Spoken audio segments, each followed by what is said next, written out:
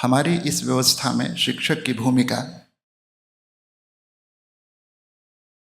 हमारे कई साथी बैठे हैं और मैं दरख्वास्त करता हूँ, उम्मीद करता हूँ कि वो बुरा नहीं मानेंगे। शिक्षकों की भूमिका बुनियादी तौर पर एक तरह से कुरियर बॉय की है। पैकेट किसी ने भेजा है, आपको कॉल बेल दबा करके पैकेट डिलीवर करना है।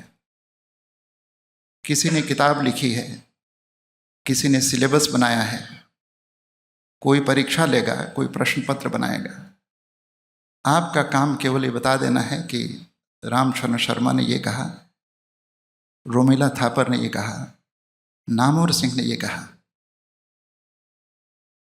आपकी अपनी कोई भूमिका नहीं है सिवाय प्रस्तुत कर देने के।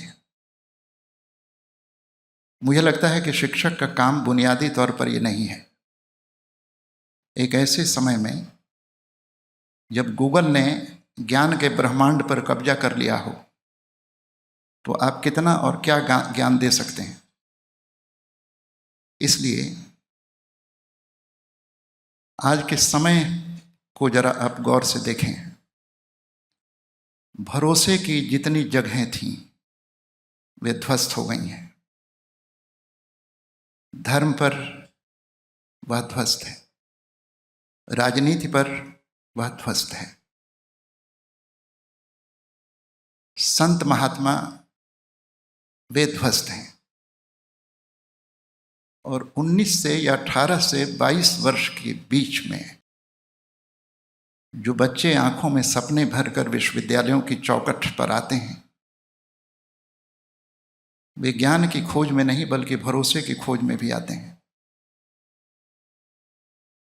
क्योंकि राजनीति, प्रशासन, धर्म, ये जिंदगी के जितने भी क्षेत्र हैं, ये अपना भरोसा खो चुके हैं। तो मुझे लगता है कि शिक्षक जो दे सकता है वो भाषा में नहीं बल्कि अपने उस आचरण में जिसमें भरोसे का दिया छिपा हुआ है। तो शिक्षक ज्ञान के कारण महत्वपूर्ण नहीं है बल्कि भरोसे के खंडहर में वह एक साबुत ईंट की तरह बचा रहता है। और इस आधार पर 18 से 22 वर्ष के विद्यार्थी को लगता है कि नहीं, अभी एक जगह बाकी है। इसलिए गर्म लू के थपेड़ों पर या थपेड़ों से फूल की मुरझाई हुई पंखुड़ी पर शिक्षक ओस की बूंद की तरह है। तब लगता है कि नहीं, सब कुछ खत्म नहीं हुआ है। और अगर सब कुछ खत्म नहीं हुआ है तो शुरुआत की जा सकती है। शिक्षक केवल शुरुआत का एक भरोसा है कि नहीं, अभी भी कुछ संभव है।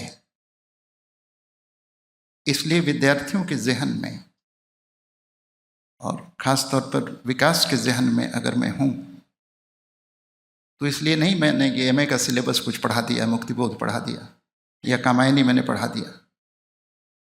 ये सारा पढ़ाया हुआ दरअसल पत्ते की तरह झड़ जाता है और सब कुछ झड़ जाने पर भी पेड़ रह जाता है नए पत्तों की प्रतीक्षा करता हुआ। इसलिए भरोसे के कारण शायद मेरी कोई सार्वजनिक भूमिका हो सकती है। आखिरी एक बात मैं कहना चाहता हूं कि हम सभी लोग जानते हैं, ये एक हिमालय है। हिमालय में एक कमल होता है, ब्रह्म कमल। और हिमालय तो शुरू हो जाता है काठगोदाम से। काठगोदाम में ब्रह्म कमल नहीं खिलते, वे हिमालय की ऊंचाइयों में खिलते हैं।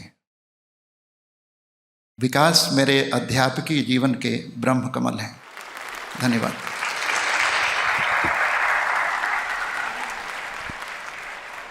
विराट क्षितिज के समान फैले सर के शैक्षणिक करियर में न जाने कितने ही विद्यार्थी तारों की तरह टांके हुए हैं। और इसी पर मुझे मीर का एक शेर याद आता है, शागिर्द हैं हम मीर से, उस्ताद के रासिक, उस्तादों का उस्ताद।